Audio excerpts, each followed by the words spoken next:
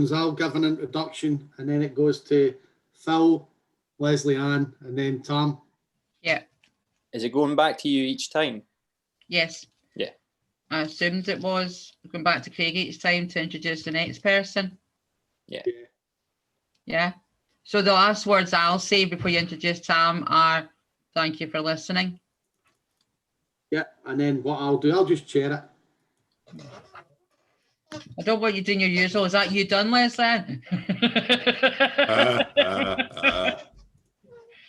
I circulated just a few minutes ago. Tom, I did that slide I was going to send you and I forgot to send you. I'm losing my mind, man. Losing my mind. I was going to ask, actually. Do you want it just now? Have you got time? If you send me it now, I'll put the one that I've got up for the start, but then I'll put your one up at the end.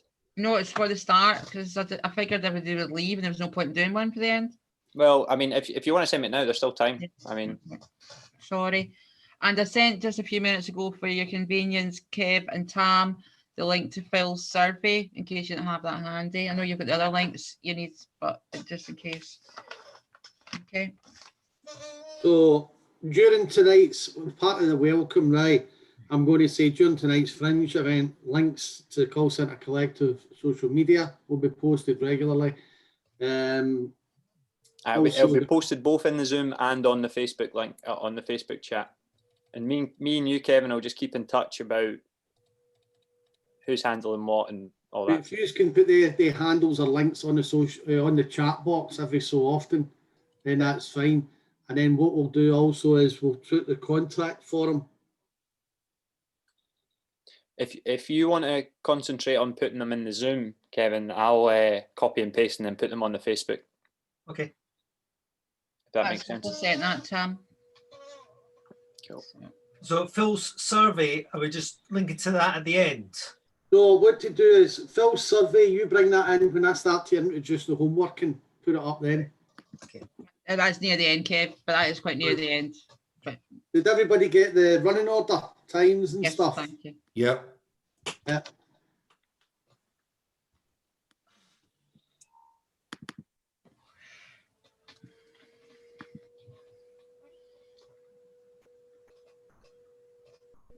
Irish coffee, Leslie Ann?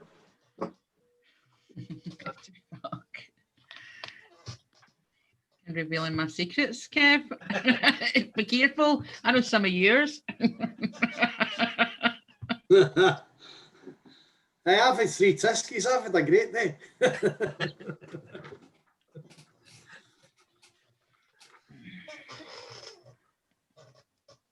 Right, okay.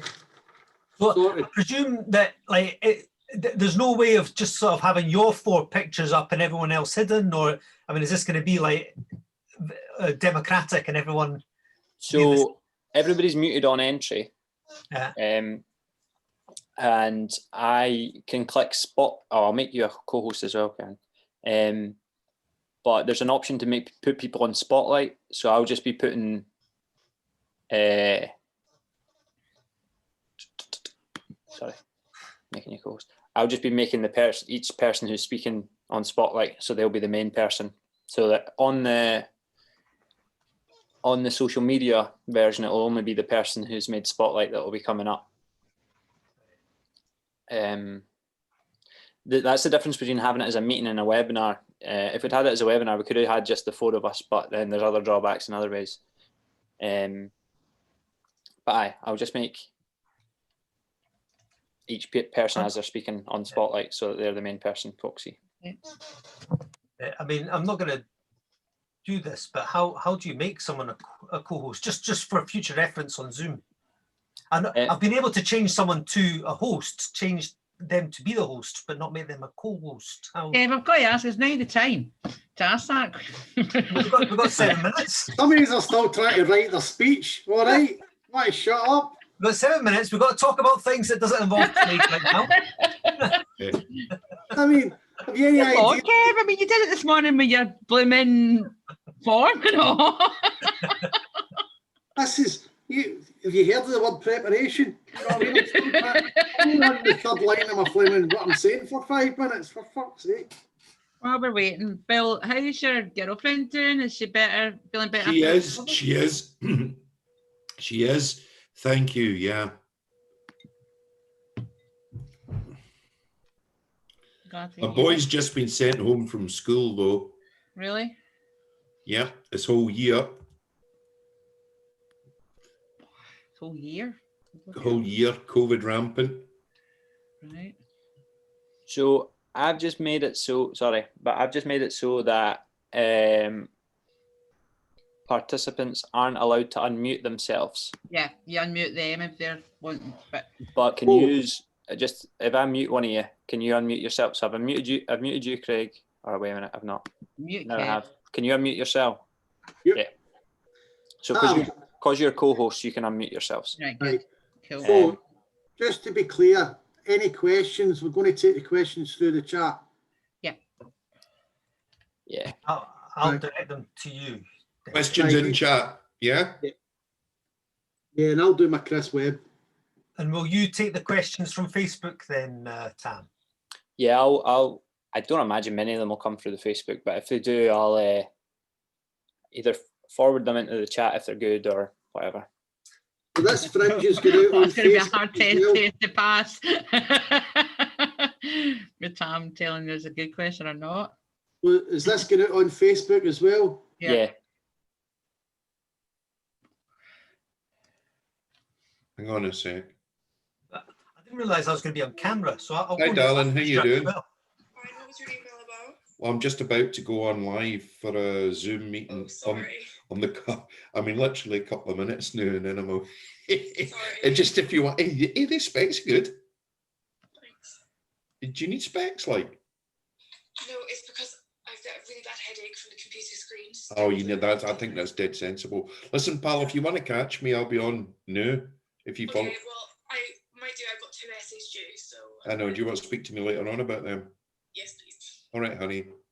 See you later. Good luck. I'll talk to you later. Bye, honey. Bye. Bye. Bye.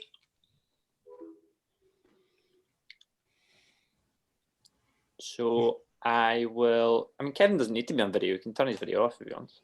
Yeah. If I do that, it's because I'm having a fag. Everyone just let you know. Saying, Kevin, you don't need to be on video if you don't want to. You can turn your video off if you want. Well, he's got a T-shirt. He's part of the team. He's part of the team and he's got his T-shirt. I'm Oh, the only that's the person badge. to have a T-shirt. Oh, wrong side. That's the There you go. badge. Leslie Ann, where's your T-shirt? Well, I Oops, made nothing. arrangements for you to get all yours sent and forgot to put my name on the listing. Makes me look important. Makes me look. So I've put you on spotlight, Craig. Great. So if everybody maybe wants to mute themselves now, I'll share the presentation and then I'll start the streams to Facebook. And then if you just want to start it, I mean, I can say that's it up or whatever, but aye.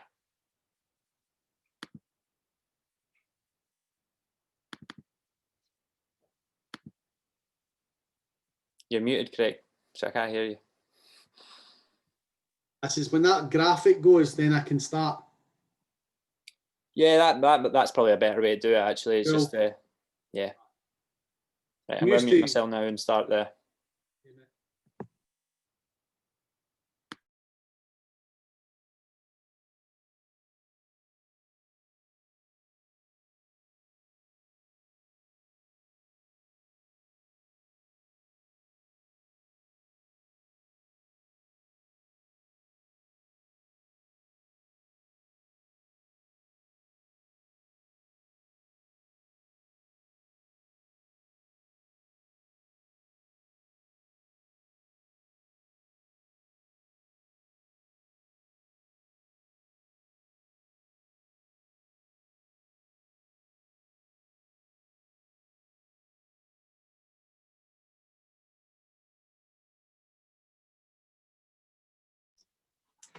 I'm a fan of the font you've got on there. What font is that?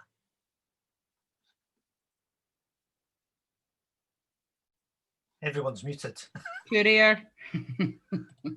Is it Courier? Yeah. Is it? Yeah. We're going live on the Facebook, so maybe didn't. Because this image will be shared for a couple of minutes before we start. So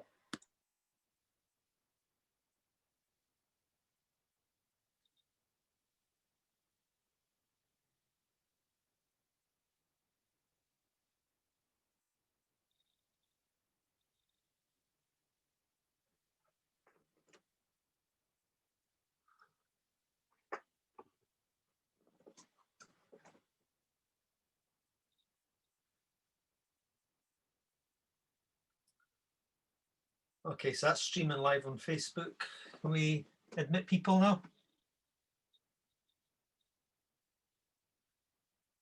Good to admit.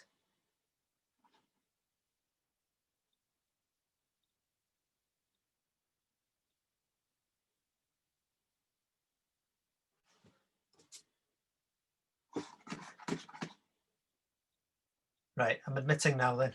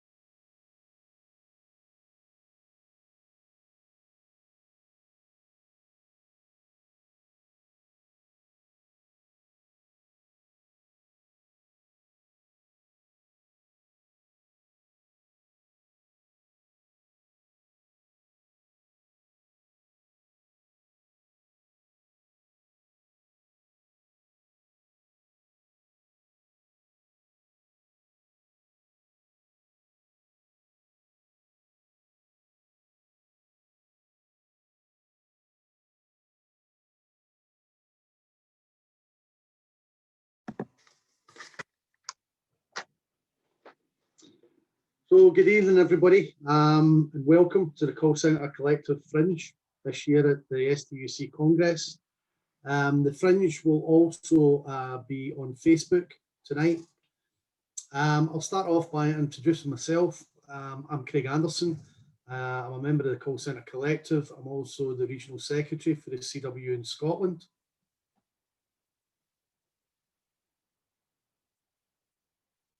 I was hoping Phil was going to be there.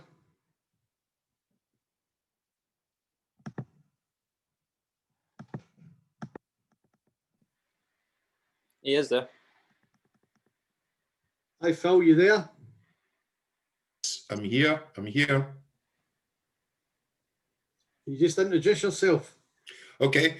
Hi, I'm Professor Phil Taylor from the University of Strathclyde, a Professor of Work and Employment Relations, who studied and researched workers' conditions and tried to improve them for 30 odd years. Thanks, Phil. Leslie Ann? Hi, good evening, everyone. My name's Leslie Anyer, and I'm the Senior Field Organiser with the Communication Workers Union, working in the Telecoms and Financial Services Department, focusing on call centres. Last but not least, Tam. Hi, so I'm Tam Wilson. I'm work for the Better Than Zero campaign, along with some other projects for the STUC, and help with the setting up of the Call Centre Collective. During tonight's Fringe, there'll be links posted in the chat. You'll have the links to the Call Centre Collective social media. You'll also have the contact form, and towards the end of the Fringe, there'll be a link to a survey that we'll touch on later on in this evening. Also, you know, there is a question and answer and an ideas section where if you can post stuff in the chat, I'll do my best to raise all the questions that are asked. And as I say, I would expect, hopefully, plenty of questions and a good comradely debate. So without waiting too long, I'll start by giving everybody a bit of background about what the Call Centre Collective is or where it's came from. The Call Centre Collective initially was born from the contact between Better Than Zero and the CWU during COVID. A lot of workers in the call centre industry were worried, concerned about what was going on in the workplace and about how employers were dealing with the COVID situation. And as usual, you know, as a trade union affiliated to the STUC, we're quite happy, you know, to have better than zero involved. But what became apparent was that a lot of issues were very common. And we decided to try and pull some people together to try and see if we could put something a little bit more substantive into position. What we formed was a partnership, a collective approach, which is developed through the likes of Phil coming on board. We realised, and also some of the workers coming on board, we realised that a lot of issues were common, and their experiences, you know, no matter what call centre they worked in, were very much similar. So after kind of initially setting up social media and promoting and getting some resources together to actually go out in a similar vein to what Better Than Zero does, we then started to discuss about, you know, what workplaces, what campaigns, and where we could actually go. During the period, we obviously had people from the STUC General Counsel at Pauline Rourke involved. Dave Moxham has also been very helpful. And through the COVID response with the STUC, we now have Phil Taylor and Pauline Rourke actually on the government working party for call centres. And it has proved an invaluable link, because we are now able to take an issue from the workplace or the shop floor right through. We have good contacts in media, and as I say, we can highlight these issues, we can escalate these issues right to a government level. And a good example of that was the Cytel outbreak, COVID outbreak out in Lanarkshire, where we were able to put pressure on the government. We were able to get the government to actually respond to the crisis that was going on out there, and also highlight some of the absolutely deplorable kind of health and safety breaches that company was actually doing. What it also highlighted was the precariousness of the call centre industry, where Cytel had effectively taken a contract from NHS England, set a call centre up in Scotland, taken the workers on a short-term basis, but really weren't looking after the workers at all. So we were quite successful in doing that. We've also been able to speak with a lot of workers who, I have to say, are very fearful of their jobs, who very rarely want to be identified, who, you know, are scared of even contacting us on social media sometimes, because of the repercussions that some of these call centres and some of these employers will actually, you know, they'll do to them, or what they'll do to them. But tonight's Fringe is more about, or is a lot more than about just saying about what we do or what we want to do. I believe it's a unique opportunity for trade unions and workers to get together to actually start campaigning to make the call centre industry better than what it is. What we've seen over many years is that call centre workers have been predominantly isolated in particular workplaces. Some unions have been able to actually infiltrate and actually recruit in these call centres. But what we need is the industry standards brought up quite a level, quite a bit. And it's really, really important, because if you ask anyone, the amount of people who have either worked in a call centre or who know somebody in a call centre, most people can actually recognise with that. And even if it's for a short period of time. But when you actually, even when you look at the reviews that you see online regarding working in some of these call centres, a lot of the issues are the same. Performance management, bullying, harassment, health and safety breaches. And as I say, for us, this is what we aim to try and do. with the call centre collective. We're aiming to try and actually move this industry to a point where it should be a good place to work, it should be a well-paid place to work, it should be a safe place to work. And that is what we are going to try and do with the call centre collective. And the call centre collective isn't one union. The call centre collective is every single union in Scotland. It's every single union in Scotland and every single call centre worker in Scotland. And that's what we aim to try and, reach out and actually, make connections with and do. What we're also going to do, and what we've kind of been held back a lot with COVID, is that we're going to be in the face of these employers. We're going to be out there. We're going to be having, groups of people demonstrating outside the workplaces. We're going to be, showing up the companies for what they are on social media. And we're also going to be raising it with the Scottish Government. And we're going to name and shame. We will not sit there and watch workers be treated the way they've been getting treated. It's just not acceptable. And as I say, that is what the call centres collective is really about. So what I would like to do is I'd like to bring Phil in, and as I say, Phil can give you a bit of background on some of the work that he's been doing.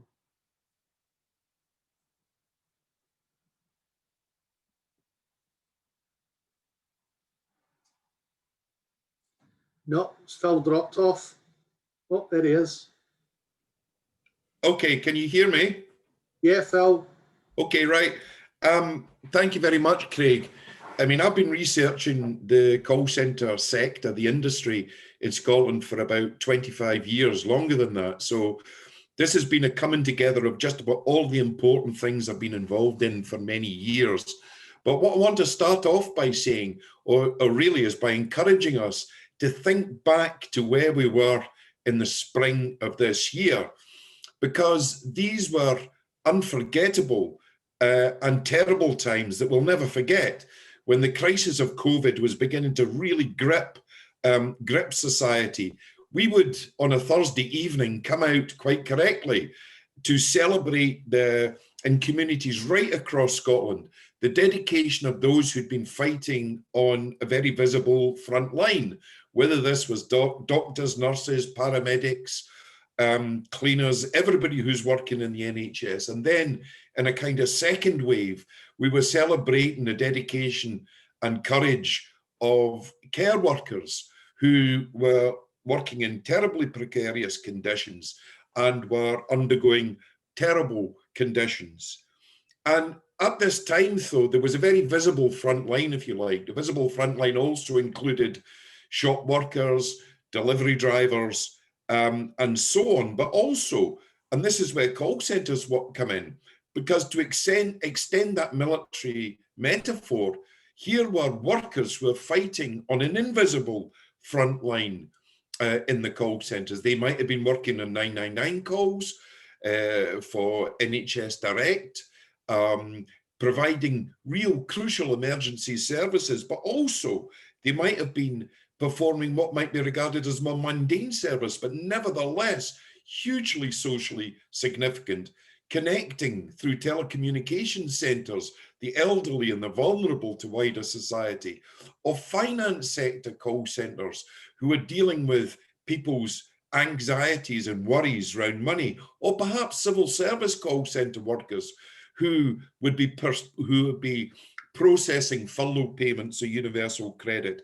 So what COVID did was expose the real social value that call centre workers give to society. But yet, as Craig has said, often these are undervalued, underpaid, and subject to really quite harsh working conditions. That's been well documented for many, many years. And the reason why this is crucial, it's extraordinary, but people might not know this, but there are about 100,000 call centre workers in Scotland. 1 in 8 of the working population in Glasgow works in a call centre. So what COVID did was not just expose the social importance of call centre workers, it also brought home, I think, and there's serious risks and dangers that call centre workers were facing at this time. Here you had the stories that Dave Moxon, myself, Craig and other trade unionists were experiencing, of stories coming home from workers of the difficulties that they were confronting, the hazards in their own workplaces. So what we required, though, was not just anecdote. We needed hard evidence to take cases to the employers and to the government in order to make workers safe. So I ran a survey with the STUC's and other union support. The result was extraordinary, really, because we got 3,000 completed surveys within about 3 or 4 weeks. That shows how much concern was being felt by call centre workers themselves. And when you think about it, here is the call centre environment, a workspace in which workers are clustered together in tight groups, sitting not far away from each other, very adjacent to each other, sitting in an indoor open plan environment for very long periods during the day. And what it became very clear was that it was almost impossible to maintain social distancing under these circumstances. The survey showed that 1 in 2 workers in call centres were working less than 2 metres apart. Cleaning regimes were really poor. It was impossible to walk throughout the building, even if signage was in place, and avoid contact with other workers. Workers were also complaining about hot desking, different numbers of workers using the same workstation, you know, as a cost economy measure, but exposing workers to great risk. And then, of course, you have something which is of huge general significance for all unions who represent workers who work in offices. The heating and ventilation systems, the workers had complained for many years. It's a classic, isn't it? One worker comes into work with a bug, and guess what? Everybody gets it within a short period of time. It's a toxic mix. And into this working environment, if you inject SARS-CoV-2, the virus that causes COVID, you have a really serious situation. And it's no wonder that workers were describing to me in their hundreds of thousands of words of testimony that we were receiving, that a call center could be likened to a petri dish of contamination. Or, in the memorable words of one worker who said to me, going into work is like walking down a sniper's alley. If you don't get shot the first day, you'll get shot the second or the third or the fourth day. And, you know, this is without exaggerating, and I haven't got time to go through all of the statistics. However, 2 things to me stand out. 81% of workers believed that they would contract COVID through the workplace. 91%, an even larger number, believed that they would infect their family or friends with COVID. So what was required under these conditions, of course, was urgent union action to remedy this situation, to prevent workers from being exposed to these hazards. So the reports that we did were essentially of 2 kinds. First of all, they were for union officers and reps to directly intervene in workplaces to make people safe, to get people out, home working, out of this toxic environment. The second thing we did were reports like the one for the Scottish Government, where we intervened in order to make regulations on call centre workers tougher for employers and safer for workers. If this meant social distancing, cleaning regimes, limiting hot desking, but also something hugely significant. We won the right through these regulations, through Pauline Rourke and my intervention, that roving reps had the right to go into non-union workplaces. 30% of call centres are non-union in Scotland, and to be part of mandatory risk assessments. So this was the background, or the research background, if you like, that helped to trigger the setting up of the call centre collective. I would say that this is certainly one of the most important initiatives I've been involved in my active research and trade union work over 30 years. And it has real potential because, as Craig said, the call centre work experience is one that transcends different sectors, different unions. And now is the time, really, I think, for workers and unions of all types to come together in a collective effort to remedy and make working conditions better. That's me, Craig. Thanks, Phil. I'd like to bring in Leslie Ann.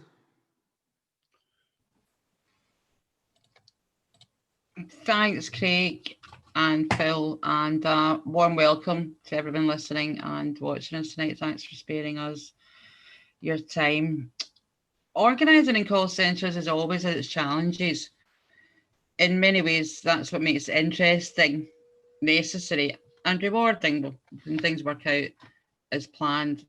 In the private sector, some of the challenges are more extreme.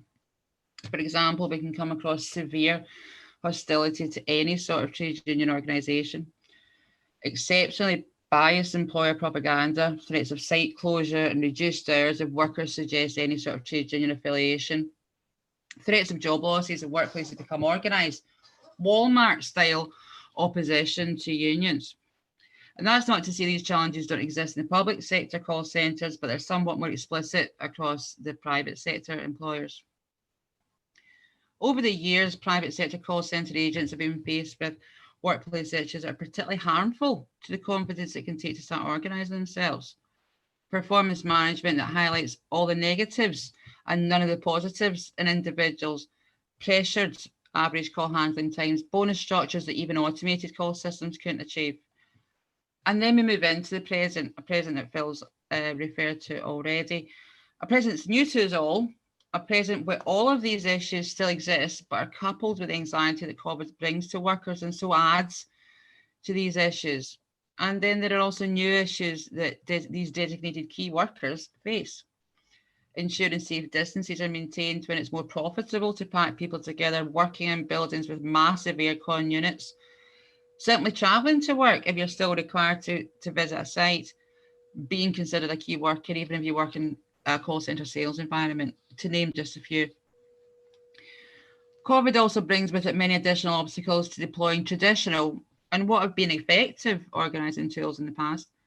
And at the moment, we cannot or have difficulty in distributing union literature, conducting effective one-to-one conversations, building collective mentality where workers are home-based, identifying collective issues to organise with and to bring call centre workers together, developing workplace reps and setting up organising committees, and even at its most basic, simple recruitment where workers are even under more personal pressure financially and or mentally due to COVID. And that's to name, again, just a few. But there are, however, ways around some of this that we now need to make the most of. Peer-to-peer contact, finding ways to tap into friendship networks that already exist between workers, often invisible to us as trade unionists, but exist nevertheless. Engaging people and sparking the imagination by relevant webinars, Zoom meetings, and other social media groups. And I'm saying relevant because we're all aware of Zoom fatigue. I think we've all experienced Zoom fatigue.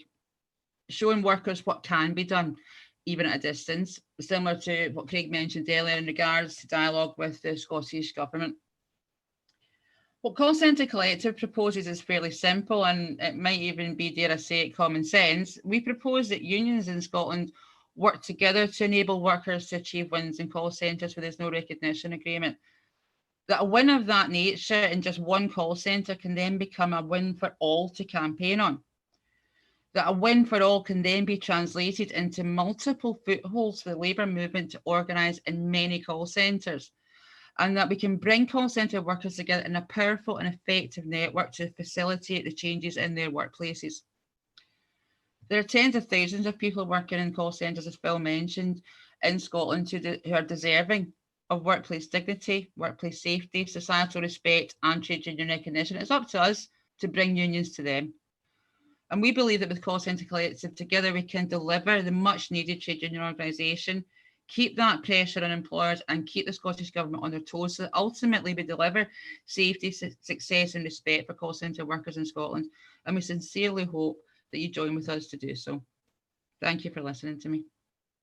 Back to you, Craig. Thanks, Leslie Ann. And our final speaker well, not our final speaker, but the final person we haven't spoken to yet is Tam Wilson from Better Than Zero. Am I muted? Yes, I am. So hi, yeah, my name's Tam Wilson. I work for the STUC's Better Than Zero campaign, among some other projects. I'm just going to talk a little bit about our approach more broadly, and then also our engagement with the call centre collective. So I'm sure most of you are already aware what the Better Than Zero is, but for those who aren't, we are focused on challenging exploitative employment practices and low-paid and casualised work across Scotland. We seek to provide workers with the tools, tactics and confidence to challenge exploitative practices in their workplace and to begin to form union structures or to form collective identities across sectors. The initial focus of the campaign was on the hospitality sector, but we now work across multiple sectors and different forms of work across Scotland. And this is partially due to the rapid expansion of exploitative forms of work and the systemic dependency on casualised contracts. These take many forms, be that gig work or agency work, and this is both in the public and private sectors. So as we're seeking to rebuild our economy post-COVID, whatever that looks like, we can't have an economy that's dependent upon the use of zero-hour contracts and agency work and casualised work. We need stable, reliable contracts that offer security and dignity at work with decent pay, and this needs to reach it right across all sectors of the economy. Now, obviously, unions and unionised workplaces have a massive part to play in setting that agenda going forward, but we also need a robust trade union movement that recognises that traditional forms of union organising won't always work in parts of this new economy. We need new union structures and new forms of organising. So when the folks at the CWU got in touch with us at Better Than Zero about the idea of starting the call centre collective, it chimed exactly with what we were wanting to do: build collective identities across sectors and across unions. So in terms of call centres, different call centres have taken different approaches towards how they've handled the pandemic. And obviously the call centre collective started in the midst of the pandemic. So to initially start off, we wanted to pin employers who are getting things wrong against those who are making good decisions. And we wanted to help support workers build the confidence and the tools to challenge the bad practices in their workplace. Eventually looking to build further engagement with the campaign and the collective and build density within workplaces, and then hopefully eventually building recognition with trade unions from within call centres. So obviously we would argue that a project such as this was necessary with or without COVID, but COVID has brought the conditions and experiences of call centre workers in sharp focus. This has already been mentioned by Phil, but the outbreak at call centres like the one at Sitel and Motherwell shows just how important this collective organising is. It's not only essential for the rights and safety of workers from within their workplace, but it's also an issue of public health more broadly. So in terms of Better Than Zero, COVID-19 has meant that hosts of different people have been getting in touch with us. Many people that are very keen to get involved, but don't necessarily know what trade unions are. So I think what Better Than Zero approaches has been, and what I would say the call centre collective's approach is more broadly, is that we want to sort of make the content that we're putting out and the way that we interact with people approachable, but without watering down the content or shying away from the fact that we are a trade union campaign. I mean, the people that have been getting in touch with Call Centre Collective and with Better Than Zero, they might not know about the bureaucracy of trade unions and how branch structures work, but there is that natural instinct there to collectivise and to challenge poor working practices. And this is something that needs to be seized upon and not let go to waste.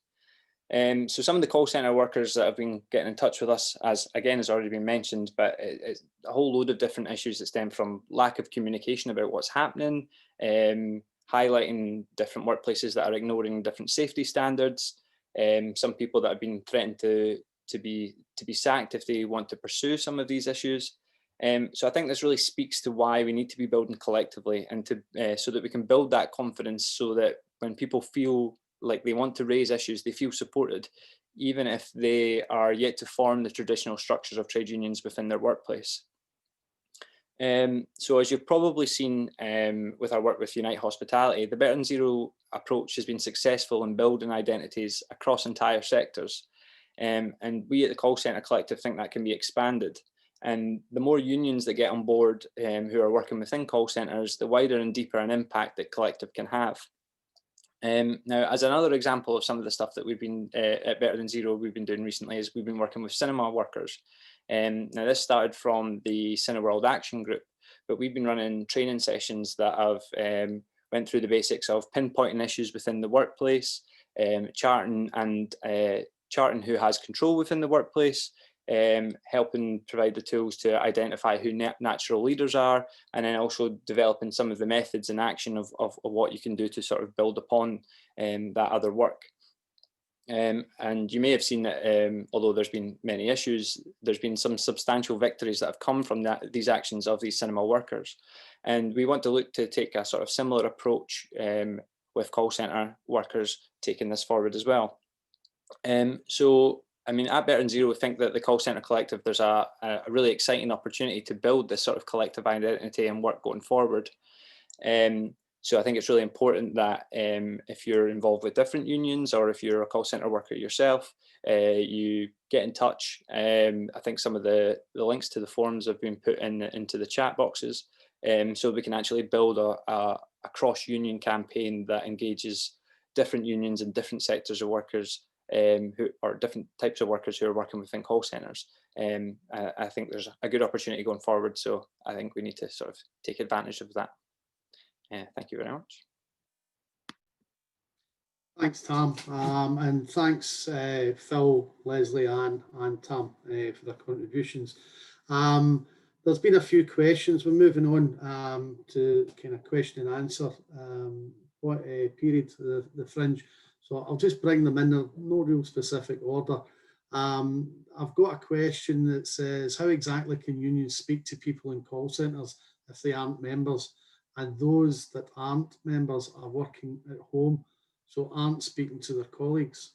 So I would just, it's up, if Tam and Leslie Ann and Phil want to just unmute, and really just anybody that wants to pick the questions up.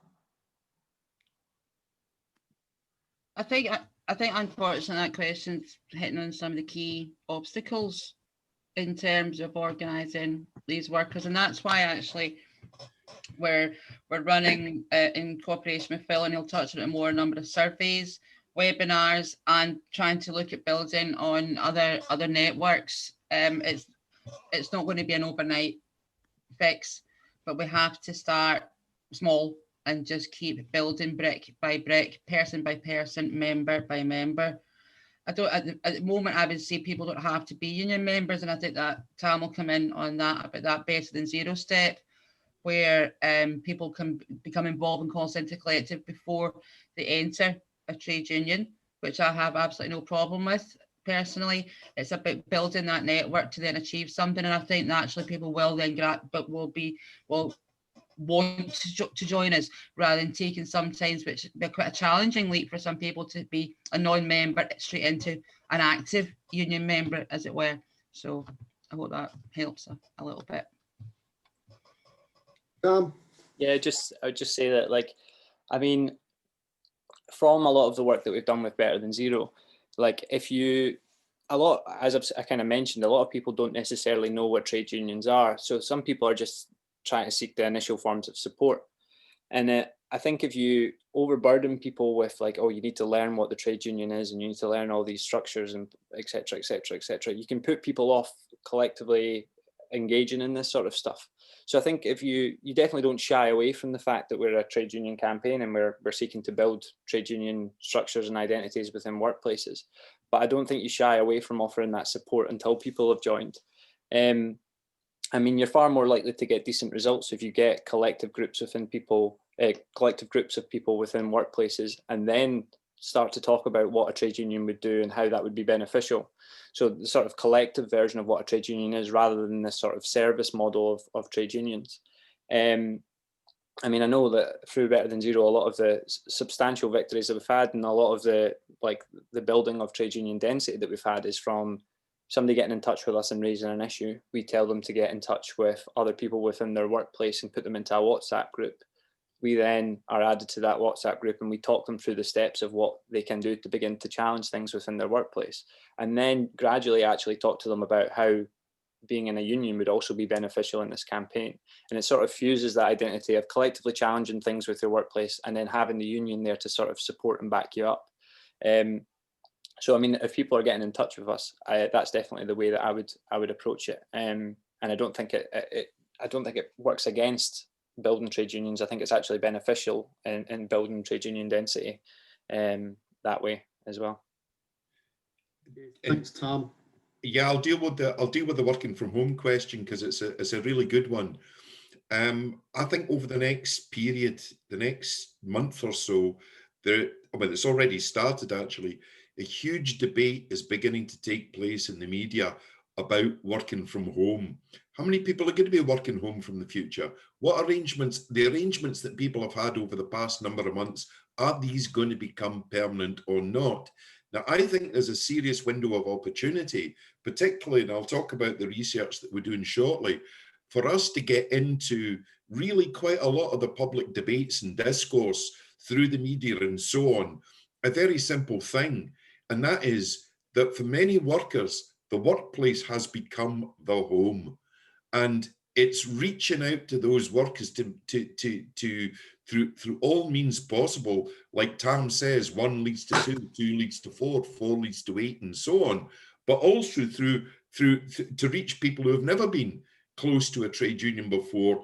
But part of the fight that we're going to have to do is to impress ourselves on all kind of media channels, debates, etc. And here, the message is that now that the workplace is people's home, trade unions are absolutely right to have a right and a responsibility to represent people who are working from home. And the issues that are coming in out of concern to people, who's paying for the utilities when you're working from home? What about the ergonomic problems of somebody sitting with a dinner tray at the end of the bed for 10 hours? This is not a workstation. So all of the laws and regulations that apply to the workplace apply to people's homes. And we should shout that loud and from the rooftops that we are the people that will protect workers who are working from home. Thanks, Phil. And I think we're going to touch on some new work that we're actually doing on home working after the question and answer session.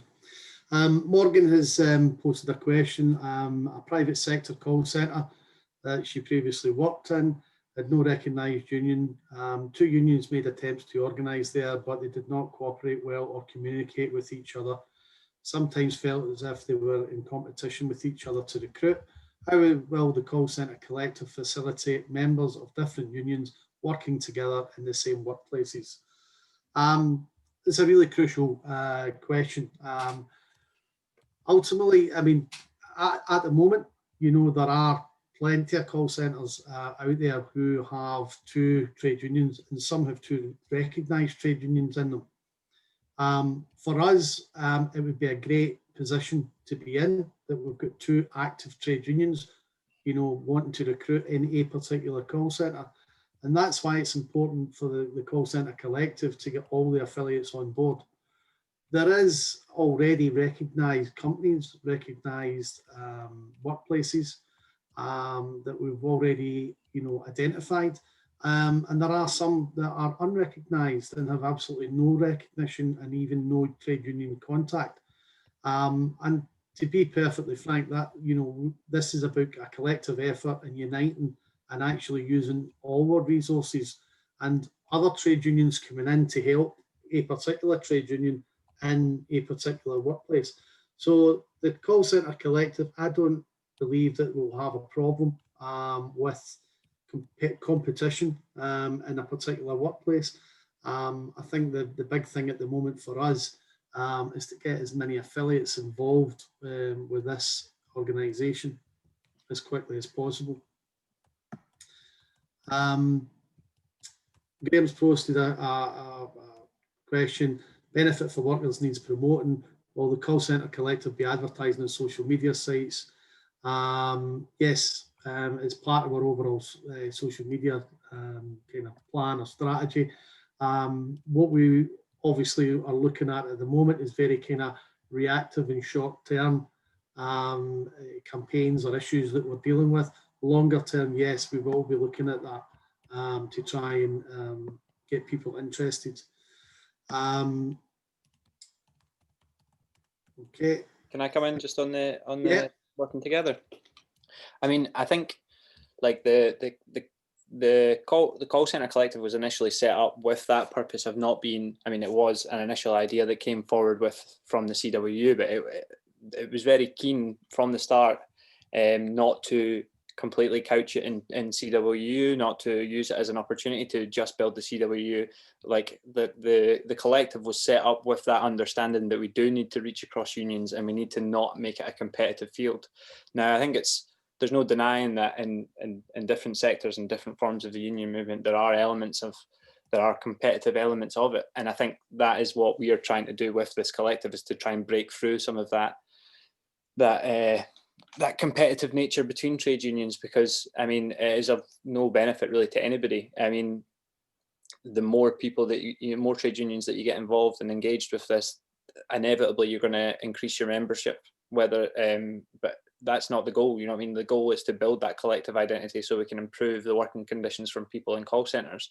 And if this means a couple more people join CWU and a couple of people join different unions, I'm conscious not to deliberately mention certain unions in this, but yeah. So I mean, the campaign was set up with that understanding that we need to have a new approach towards this so that we can build across unions and not look like it's one union that's leading this for their own benefit. And I think we've done pretty well with that so far. We just need more unions to get more involved. And there has been interest. The interest is there. We just need to sort of build upon that going forward, I think. But I think it's a very obvious point, isn't it, that if there are over a third of call centres and call centre workers in Scotland are in outsourced call centres, virtually all of them are non-unionised. There really is enough to go around every single union. It's not that there aren't lots of opportunities for all unions out there. There are, and far better that this happens as a collaborative undertaking. Yeah, I couldn't agree more. I think it is a very, very important question that Morgan has asked, and Phil's taking the words out of my mouth. I think we've got to remember, from Phil actually reminds me of this at times, that call centres aren't a sector, an industrial sector in their own right. They're a mechanism that are used across a number of sectors. Therefore, a number of unions can be involved. Right. I have to say, I'm sorry, Morgan, that you had experience of that as well. You know, that two unions have gravitated to one site when there's probably 3 or 4 down the road that we could have all been working on, and very much, you know, I think you've asked a very political question, because I'm in danger of saying the wrong thing, so I better be careful. But you know, that is very much why call centre collective is. It's all working together. There is more than enough members, if that's what it comes down to, for unions to recruit. But I wonder how competitive, you mentioned in your question, it says that you felt that unions were in competition to recruit people. I wonder how competitive we're feeling about actually organising those workers and getting them involved, or was it just about straight recruitment? Call centre collective is very much an organising effort, whereby we want those workers to be taking control and organising and getting active in whatever union they choose to, or if they come via Better Than Zero, they will. The STUC is a neutral body, so there will be no poaching, and there's no need for that at all. So, but I'm sorry you experienced that, because it sounds like a wee bit. But I'm glad you're still in connection with this STUC. So obviously, things worked out in the end. So I'm glad to see that. So. Thanks, Leslie Ann.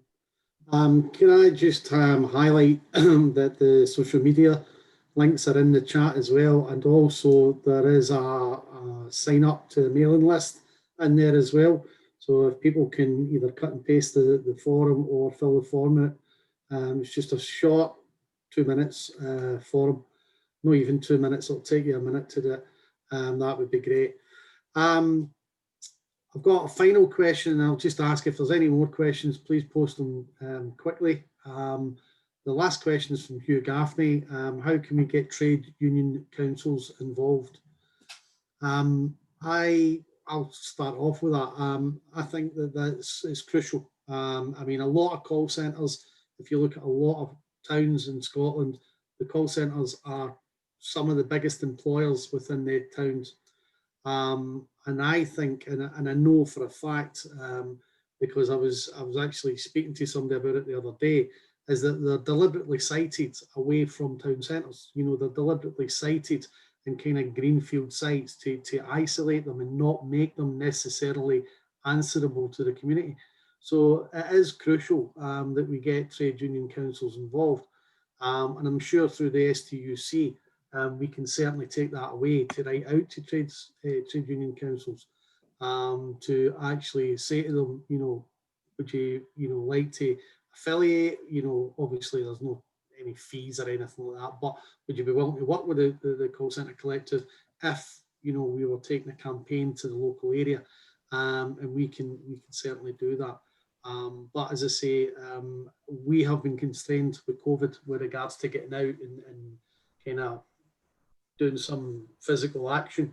And we've got plenty of plans. We've got some really good ideas and probably some quite, how can I say this, risky ideas as well. But as I say, you know, we will be doing that, and the more people involved, the better. There's only one other question posted, and I think Phil beat me to it. It was Pauline's question in the chat. Right. Regarding the work that you're doing about safer guidance in call centres. It needs to be reviewed with feedback from affiliates. Phil, do you want to just touch on that? And yeah, I think this is really important.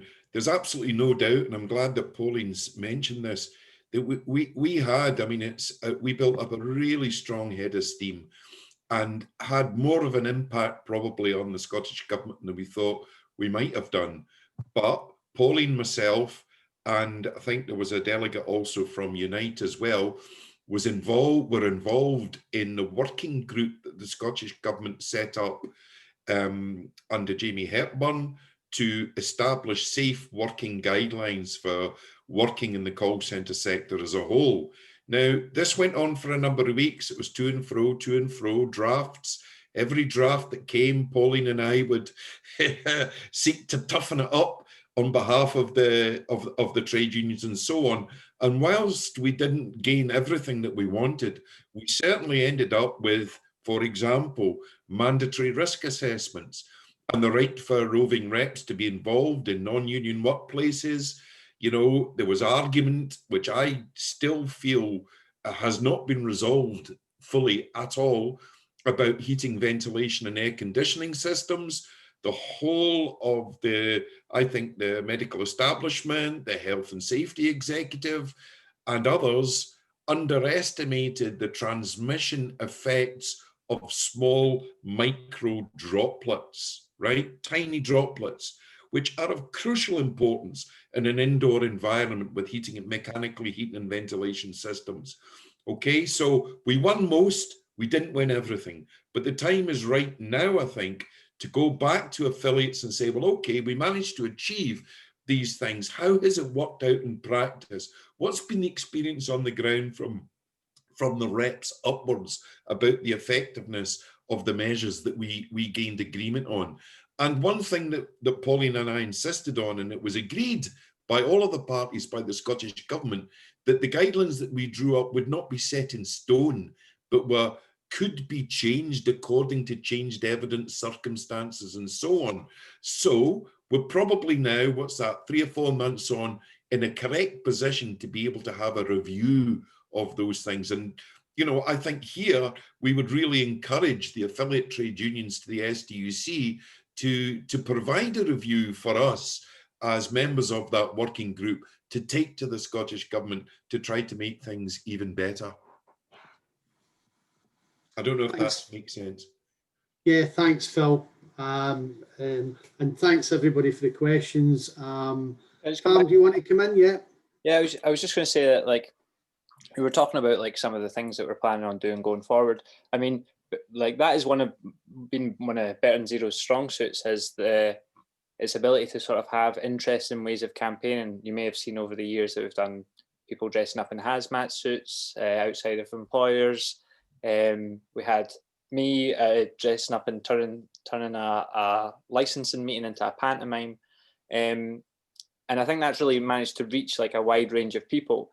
But Better Than Zero is a group it's sort of appreciated by all the different trade unions. You have a lot of the different trade unions coming to us, looking to engage with us in different ways and campaigns. And it shows that our approach basically reaches out wider than those traditional union divides. And it has been very like strongly supported by the trades councils as well. So there is definitely an opportunity to build upon that again with the call centre collective. But also Better Than Zero's managed to reach out to people who don't know what trade unions are.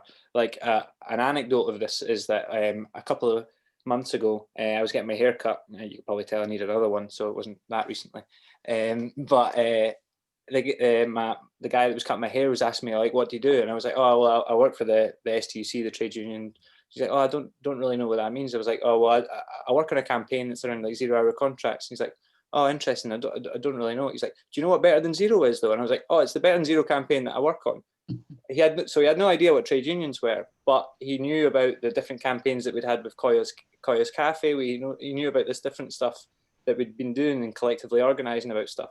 So it just shows that like this approach towards things, you can get the trades councils involved, you can get the different unions involved, and you can also reach out to people who haven't necessarily had any engagement with trade unions or even know what they are. So I think that approach will be beneficial in building the collective going forward. Yeah. Okay, thanks, Tam. I would just like to move on, just the final part of the Fringe, just to introduce the latest piece of work that we've been obviously involved in discussing. As we all know, a lot of call centre workers, and it's been touched on tonight, are key workers. We also know that in some sites, up to 60-70% of staff in places are now working from home. And as Phil's touched on, that has caused certainly the call centre collective concerns, but also, you know, a lot of workers are concerned about that. So I'll hand over to Phil. Phil can give you an update with exactly the work that he's been doing, and we'll also touch on some of the work that we'll be doing going forward with regarding it. Yeah, in September, just a couple of months ago, it looked as if the government was steaming ahead to drive workers back to the workplace when those workplaces, not just call centres, but offices, were clearly seriously risky for workers. And if you might remember that the civil servants were almost instructed to go back to work. Now, Johnson's plans were torn up when it became clear that the rate of COVID infection was rising very, very quickly. So those plans were retreated. But round about that time, myself and people from the call centre collective and Dave Moxon decided that it would be really important to capture the experiences of those people who had been working from home. So to that end, we devised a questionnaire which has now gone live, which is attempting to do a couple of things. First of all, it's to capture workers' experiences of now of what their previous experiences was when they were working and what they would like their workplace to be when they return, safety. But more than that, it's about capturing the experience of workers who have been working from home now for maybe 6 months, longer. And the reason why this is important is because people have been working from home, and usually professional workers, technical workers, specialised workers, upper workers, if you like, have been working from home for a number of years. But if you look at the government figures, last year, only 5% of workers in the UK labour force work for home or mainly work from home. So what's happened since March, April and May has been absolutely unprecedented. We've got hundreds of thousands and millions of workers working from home, and their experiences are not always, I mean, it was clear back in March and April.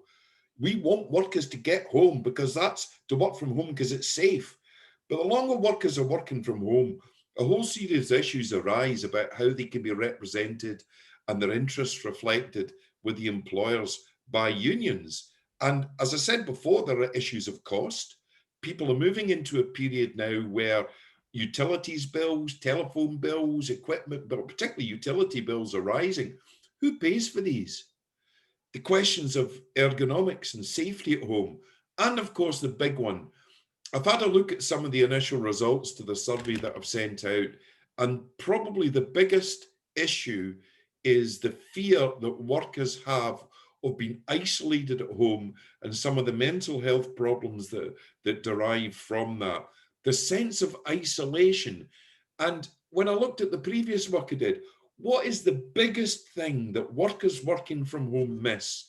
It is the social interaction with their workmates in the workplace. We all know that. We've all been atomized to an extent by this. But for many people, the workplace is the social lifeline for people, let alone gender issues, where perhaps for women, being able to escape the workplace or perhaps an abusive partner is really important. The workplace is a social and work collective mechanism which people really do depend on.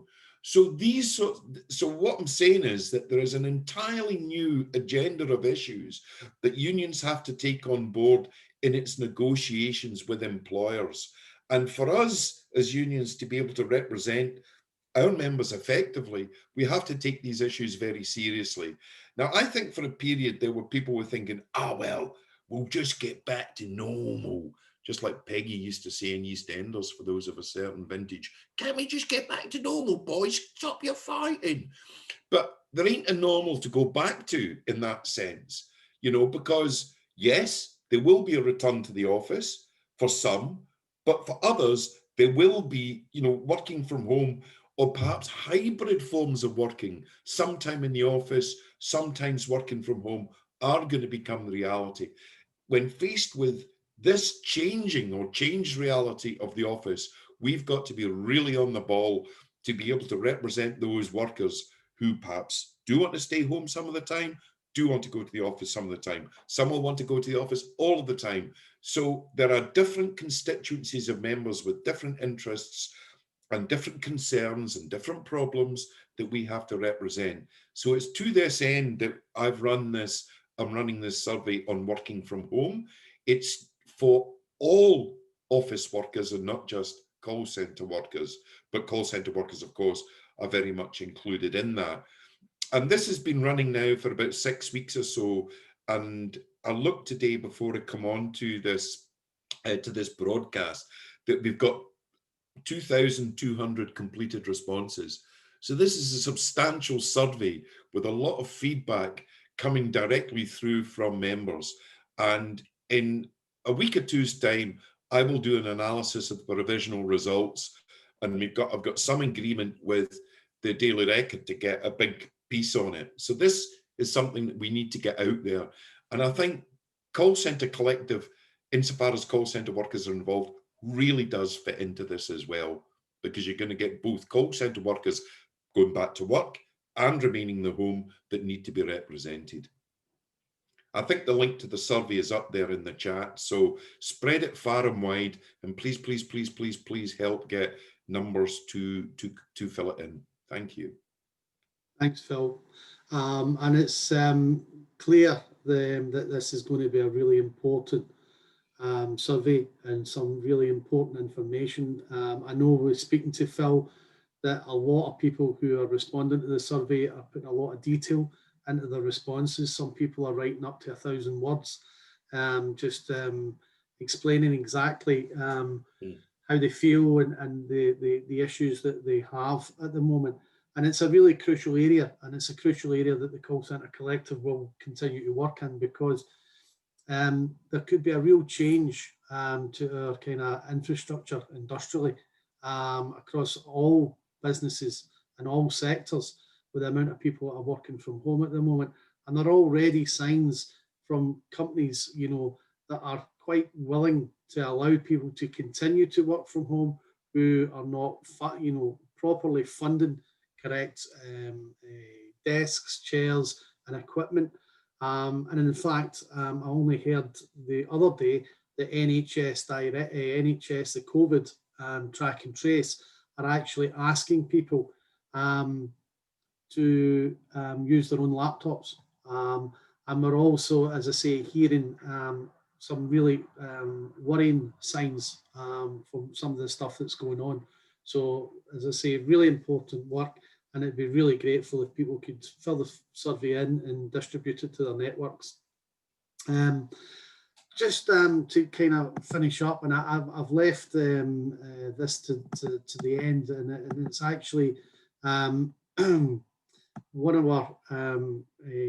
of the people on the Fringe tonight has put something there, and what Shona has said is just to say to any ununionised watchers, don't give up.